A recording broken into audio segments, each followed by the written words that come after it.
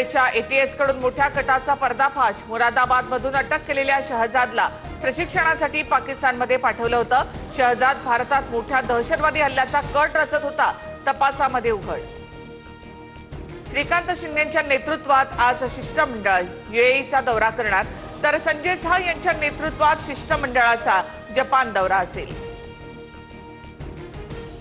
अमृतसरच्या शाहपूर सीमा चौकीवरून बीएसएफने एका पाकिस्तानीला अटक केली। पाकिस्तानी नागरिकाची चौकशी सुरू। चीन पाकिस्तान आर्थिक कॉरिडॉरचा विस्तार आता अफगाणिस्तानपर्यंत।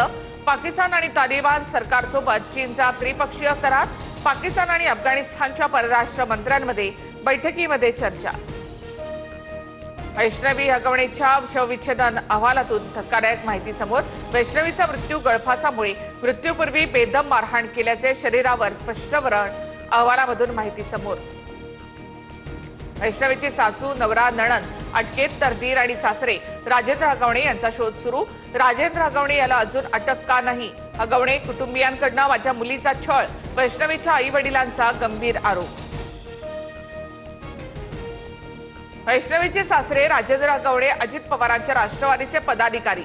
अजितदादांनी लग्नात फॉर्च्युनर कार पाहून ही गाडी तुम्ही मागितली की त्यांनी दिली, असं हगवणे यांना विचारलं होतं। वैष्णवीचे वडील अनिल कसपटे यांची माहिती। मुळशी तालुका राष्ट्रवादी अध्यक्ष राजेंद्र हगवणेला अटक कधी होणार? पदाधिकाऱ्याला वाचवणार की वैष्णवीला न्याय देणार? सुषमा अंधारेंचा अजित पवार यांना सवाल। वैष्णवी हगवणेची मृत्यूपूर्वी तिच्या मैत्रिणीसोबतची ऑडिओ क्लिप व्हायरल। लग्न करून चूक केली, ऑडिओ क्लिपमध्ये वैष्णवीकडून उल्लेख। TV9 मराठी ऑडिओ क्लिपची पुष्टी करत नाही। मराठवाड्यामध्ये 17 दिवसांमध्ये वीज कोसळून 27 जणांचा मृत्यू।